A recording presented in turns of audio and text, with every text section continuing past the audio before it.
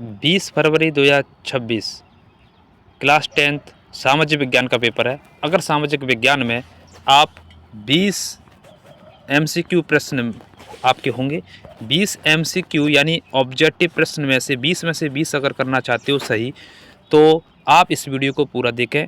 इसमें महत्वपूर्ण हम 20 प्रश्न लाए हैं जो कि सीधे आपके 20 फरवरी वाले पेपर में पूछे जाने की संभावना है। तो नमस्कार, स्वागत है आपके अपने प्यारे YouTube channel goal with board exam. प्यारे बच्चों, इस चैनल पर निरंतर क्लास 10th की तैयारी कराई जा रही है और यहाँ पर अभी 4 घंटे पहले हिंदी की एक बहुत बड़ी वीडियो डाली है हमने, जिसमें 100+ प्रश्न हैं जो पिछली बार पेपरों में पूछे गए हैं, अर्थात 2025 के सभी सेट हैं। यानी 2025 में जो ऑल सेट है, ऑल सेट के क्वेश्चन 100 क्वेश्चनों का संकलन करके हमने वीडियो डाली है और उसमें फिर एक्सप्लेन किया है। तो उस वीडियो को आप देख लेना। लगभग बड़ी वीडियो तो है, 49 मिनट की है, लेकिन विश्वास दिलाता हूँ कि उसमें से सीधे आपके हिंदी के 18 फरवरी को एग्ज़ाम होने वाला है, उसमें आपके बहुत प्रश्न हूबहू ऐसे मिलने वाले हैं। तो उस वीडियो को आप जरूर देख लेना। हिंदी की वीडियो है, 49 मिनट की वीडियो है और इस वीडियो के समाप्त होने के बाद उस वीडियो का लिंक हम डिस्क्रिप्शन बॉक्स में डाल देंगे, तो उस वीडियो को आप देखना न भूलें, ठीक है। क्योंकि 100 प्रश्न का संकलन किया हुआ है और 100 प्रश्न जो सीधे के सीधे आपके पेपर में पूछे जाएंगे, ठीक है। 2025 के महत्वपूर्ण जो पेपर में आए हुए प्रश्न है उन सब का सॉल्यूशन कराया गया है और मैंने भी एक्सपेक्टेड क्वेश्चन भी बताए हैं। तो चलिए हम इस वीडियो में सामाजिक विज्ञान के प्रश्न करने जा रहे हैं जो कि सीधे आपके 20 फरवरी वाले पेपर में आएंगे। तो पहला प्रश्न आपकी स्क्रीन पर है। तो प्यारे बच्चों, चैनल को सब्सक्राइब जरूर कर दें, पहली बार आप देख रहे हो तो, और बार बार कहना पड़ता है शेयर जरूर करें। देखो, आप शेयर करोगे तो आपका कुछ घट तो नहीं जाएगा, आपके जरिए से कोई अच्छे बच्चे को जानकारी मिल जाएगी और अच्छा कंटेंट मिल जाएगा, तो उसके अच्छे और नंबर आ जाएंगे, ठीक है ना। और आपके भी तो अच्छे नंबर आएंगे, साथ में किसी दोस्त के भी आ जाएंगे, तो कोई बुरी बात थोड़ी है। इसीलिए सबको शेयर कर दें, ठीक है। और चैनल को लाइक करते रहें और सब्सक्राइब करना बिल्कुल ना भूलें, क्योंकि जैसे ही वीडियो अपलोड होती है तरह से ही आपके पास पहुंचेगी, ठीक है। तो ज़्यादा समय न लेते हुए मैं डायरेक्ट सॉल्यूशन की तरफ चलता हूं। पेन पेंसिल कॉपी अपनी ले लीजिए और चलिए फटाफट सॉल्यूशन करना स्टार्ट कर रहे हैं। पहला प्रश्न आपके सामने है, कह रहा है कि 1789 में फ्रांस में राष्ट्रवाद की प्रथम अभिव्यक्ति का क्या परिणाम हुआ था? तो इसका परिणाम हुआ था फ्रांस की क्रांति हुई थी। तो प्रश्न डायरेक्ट बहुत बार रिपीट होता है, लिख लेना। फ्रांस की क्रांति कब हुई? 1789 ईस्वी में। नेक्स्ट क्वेश्चन नंबर 2 कह रहा है, बहुत बार आता है कि जर्मनी के एकीकरण में प्रमुख भूमिका किसकी थी? तो जर्मनी का एकीकरण हुआ था तो उसका नेता प्रमुख था बिस्मार्क, ध्यान रखना। और ये भी पूछा जा सकता है कि जर्मनी का एकीकरण कब हुआ था? तो आप ध्यान रखना, 19 जनवरी 1871 ईस्वी में, ठीक है। और इसका प्रमुख नेता बिस्मार्क, बहुत बार आता है, ध्यान रखेंगे। Next question number 3। देखो, मैंने टॉप जो है 30 प्रश्न लिए थे सामाजिक विज्ञान के, कल 30+ सामाजिक विज्ञान के, उस वीडियो को भी आप देख लेना। उसमें बहुत सारे महत्वपूर्ण प्रश्न हैं जो कि आपके सीधे 20 फरवरी वाले पेपर में पूछे जाने की पूरी संभावना है। तो उस वीडियो को भी देख लेना, उसका भी लिंक हम डिस्क्रिप्शन में डाल देंगे, ठीक है। आपके लिए मेहनत कराई जा रही है तो कम से कम वीडियो देख तो लो आप लोग। थोड़ा कट कर लेते हैं, थोड़ा देख लेते हैं, ऐसे काम नहीं चलेगा। सीधा मोबाइल रखो, ईयरफोन लगाओ कानों में, नहीं है तो एकांत में कमरे में जाकर के पूरी वीडियो सुना करो अच्छी तरीके से, ठीक है। और फिर नोट डाउन किया करो, देखना पूरे नंबर आएंगे आपके, इस बात की गारंटी है, ठीक है। ये नहीं कट करके देखते हो। चलिए, कह रहा है तीसरा प्रश्न, आनंद मठ उपन्यास के लेखक कौन है? तो आनंद मठ के उपन्यास के लेखक है बंकिम चंद्र चटर्जी। और आनंद मठ से ही बच्चों लिया गया है हमारा राष्ट्रीय गीत, जिसे बोलते हैं हम प्यार से हम वंदे मातरम। वंदे मातरम कमेंट बॉक्स में लिखना सभी लोग, वंदे मातरम, ठीक है। और वंदे मातरम को भारत सरकार ने, भारतीय संविधान ने अपनाया था 24 जनवरी, ये भी लिख लेना, 24 जनवरी 1950 को। और हमारा राष्ट्रीय गान है वो है जनगण मनगढ़, जिसको लिखने वाले रविंद्रनाथ टैगोर थे और उसको भी 24 जनवरी 1950 को अपनाया गया था। आनंद मठ पुस्तक से हमारा क्या लिया गया है? वंदे मातरम गीत। और आनंद मठ पुस्तक को लॉन्च किया गया था, यानी प्रकाशित की गई थी 82 में, ठीक है, 1882 में, ठीक है। तो इतनी जानकारी आप लोग ध्यान रखना। क्वेश्चन अगला कह रहा है कि महामंदी का सबसे बुरा, सॉरी माफ़ कीजिए, थोड़ा सा भद्दा है लेकिन स्पष्ट पढ़ूंगा मैं, टेंशन मत लो। महामंदी का सबसे बुरा असर पड़ा, सबसे बड़ा असर पड़ा था कृषि पर, ठीक है, कृषि पर सबसे बड़ा असर पड़ा था। और महामंदी कब आई थी, पेपर में आता है 1929 को, ठीक है, ध्यान रखेंगे। नेक्स्ट क्वेश्चन, क्वेश्चन नंबर 5, बहुत बार रिपीट होता है ये प्रश्न। कह रहा है कि अंतर्राष्ट्रीय मुद्रा कोष, इसे बोलते हैं IMF, क्या बोलते हैं इसे प्यारे बच्चों, IMF की स्थापना कहाँ हुई थी? तो इसकी स्थापना जो हुई थी आपको बता दूं, IMF और वर्ल्ड बैंक जिसे बोलते हैं विश्व बैंक, दोनों की स्थापना जो हुई थी वो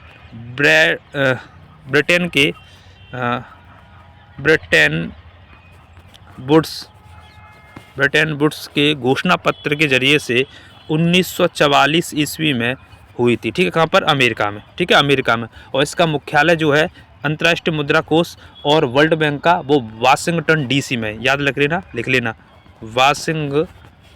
वाशिंगटन DC में, दोनों का मुख्यालय किसका, अंतर्राष्ट्रीय मुद्रा कोष और वर्ल्ड बैंक, दोनों की स्थापना कभी 44 में, ध्यान रखेंगे, और वाशिंगटन DC में इसका मुख्यालय, ठीक है, बहुत बार आता है, ध्यान रखेंगे। नेक्स्ट क्वेश्चन कह रहा है कि निम्नलिखित में से कौन सा संघीय राज्य नहीं है? तो देखो उड़ीसा भी है संघीय राज्य, तमिलनाडु भी है, राजस्थान भी है, लेकिन चंडीगढ़ नहीं है। ये ऑप्शन इसका सही आंसर हो जाएगा, ठीक। नेक्स्ट प्रश्न, प्रश्न नंबर 7 में कह रहा है कि लोकतंत्र का प्रमुख गुण निम्नलिखित में से कौन सा है? तो लोकतंत्र कैसे होनी चाहिए? देशभक्ति की भावना होनी चाहिए, राष्ट्रीय चरित्र का निर्माण, प्रगतिशील सरकार, ये सब होनी चाहिए। तो ये सभी आएगा आंसर, क्या आएगा, ये सभी। चलिए नेक्स्ट क्वेश्चन, आठवां कह रहा है कि भारतीय संविधान कब लागू किया गया था? तो भारतीय संविधान लागू किया गया था 26 जनवरी 1950। और अब ये भी लिख लेना कि संविधान जो है बन के तैयार कब हुआ था?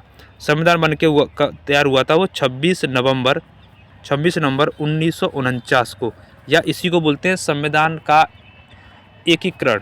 कब हुआ था? 26 नवंबर 1950 को। इसीलिए 26 नवंबर को हम मनाते हैं संविधान दिवस, ठीक है, लिख लेना संविधान दिवस, ठीक है। तो आप लोगों को इस बातों को ध्यान रखना है। और संविधान के बारे में और बताऊँ बात, आप और जानकारी दूँ तो संविधान जो है, संविधान की मांग करने वाले पहले व्यक्ति थे बाल गंगाधर तिलक।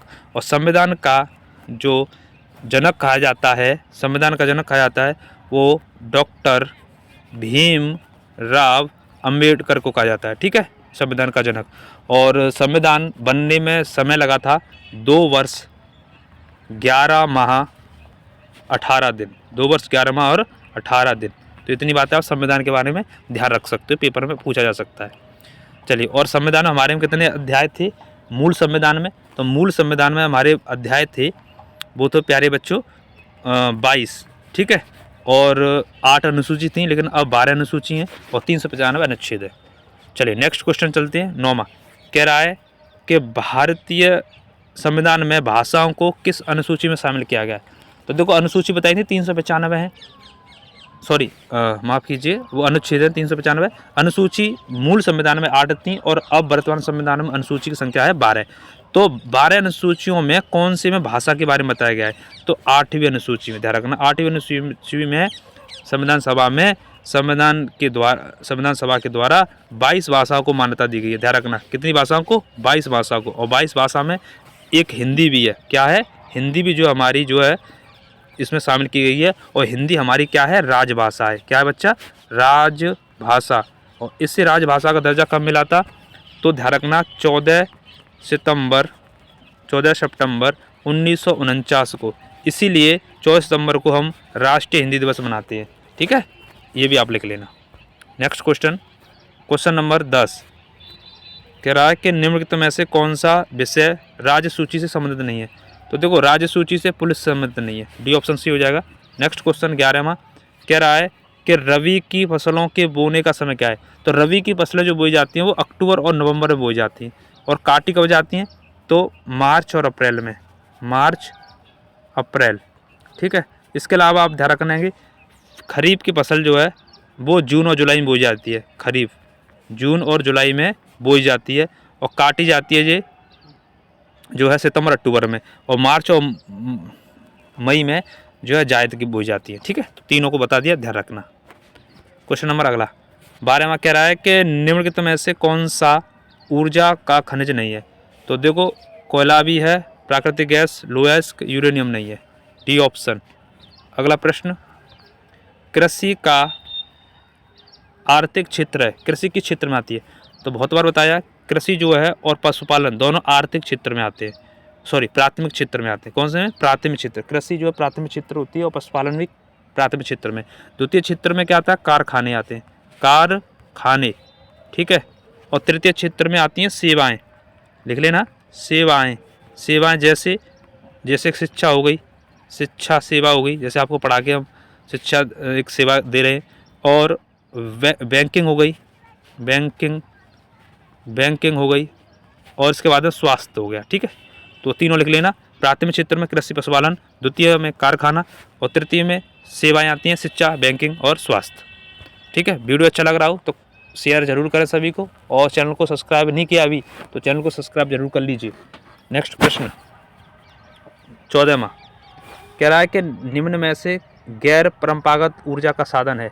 तो गैर परंपरागत ऊर्जा का साधन जो है प्यारे बच्चों वो है सौर ऊर्जा। ठीक है, और इस गैर परंपरागत को ही नवीकरणीय ऊर्जा भी बोलते हैं, जिसमें सौर ऊर्जा, पवन ऊर्जा, ठीक है, बायोमास, बायोगैस, ये सब आता है। और गैर परंपरागत में कौन कौन आते हैं? तो प्राकृतिक गैस, खनिज तेल, कोयला, ठीक है, ये सब आते हैं।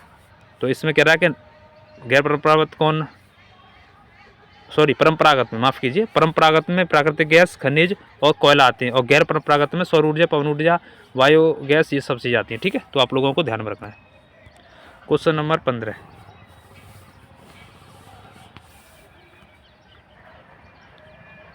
15 कह रहा है कि निम्नलिखित में से कौन सा आधारभूत खनिज है। तो आधारभूत खनिज है ये बी ऑप्शन, लोहा। नेक्स्ट क्वेश्चन कह रहा है 16वां, पृथ्वी सम्मेलन का आयोजन कब हुआ। बहुत बार आता है, तो 1992 में हुआ था, रियो डी जेनेरियो ब्राज़ील में, रियो डी जेनेरियो ब्राज़ील में, लिख लेना। 17वां प्रश्न, भारत में उदारीकरण प्रक्रिया की शुरुआत कब हुई। उदारीकरण प्रक्रिया हुई थी 1991 में, देखना, उदारीकरण प्रक्रिया भारत में 1991 में कब हुई थी प्यारे बच्चों? 1991 में। नेक्स्ट क्वेश्चन 18वां प्रश्न कह रहा है कि निम्न में से कौन सा जैव साधन है। जैव साधन कौन सा है? जैविक, तो उद्योग जो है, ठीक है, उद्योग है जैविक, या मत्स्य पालन, जो मत्स्य पालन जो है ये जैविक है। अगला प्रश्न 19वां प्रश्न कह रहा है कि निम्नलिखित में से किस वर्ष बांग्लादेश ग्रामीण बैंक की शुरुआत हुई। तो इसकी 70 में, ठीक है, यानी और कहीं कहीं आपको 76 भी मिल जाएगा, 1976। तो आपको लोगों को ध्यान में रखना है। नेक्स्ट क्वेश्चन, लास्ट इस वीडियो का क्वेश्चन है, कह रहा है कि किसी देश का विकास किस पर आधारित होता है। तो ध्यान रखेंगे बच्चों, वो प्रति व्यक्ति आय पर, औसत साक्षरता पर, लोगों के स्वास्थ्य पर, उपयुक्त तो सभी। बहुत बार रिपीट होता है, ये भी आप लोगों को ध्यान रखना है। तो ये महत्वपूर्ण 20 प्रश्न थे जो सीधे 20 फरवरी के एग्जाम में आपके लिए रामबाण औषधि का काम करेंगे। सभी को शेयर करना। ऐसे ही कुछ समय बाद आपको और एक बड़ी वीडियो मिलेगी सामाजिक विज्ञान की, ठीक है, जिसमें हम प्रयास कर रहे हैं कि 2025 के ऑल सेट एक ही वीडियो में आ जाएं। एक ही वीडियो में 2025 के जितने भी सेट हैं तो लगभग 100 क्वेश्चन बनेंगे। 100 क्वेश्चन को सोच रहा हूँ कि 2-3 घंटे में तैयार होकर के आपको अपलोड कर दूँ, जिससे कि आपको फ़ायदा मिल सके। समय कम बचा हुआ है, पहले आप इसको रिवीजन कर सको बार बार। मैं एंड टाइम पर नहीं दूंगा सारा चीज़ें, अभी आप 4-6-8 दिन में आप लोग कर लें कवर, और जिससे कि आप पेपर में अपने में अच्छे नंबर ला सकें। ठीक है, तो मिलते हैं फिर अगली वीडियो में। जय हिंद, जय भारत, वंदे मातरम, जय सीताराम। अभी तक चैनल सब्सक्राइब नहीं किया तो सब्सक्राइब जरूर कर लें, और कोई भी क्वेरी है तो कमेंट बॉक्स में पूछ सकते हो। जय सीताराम।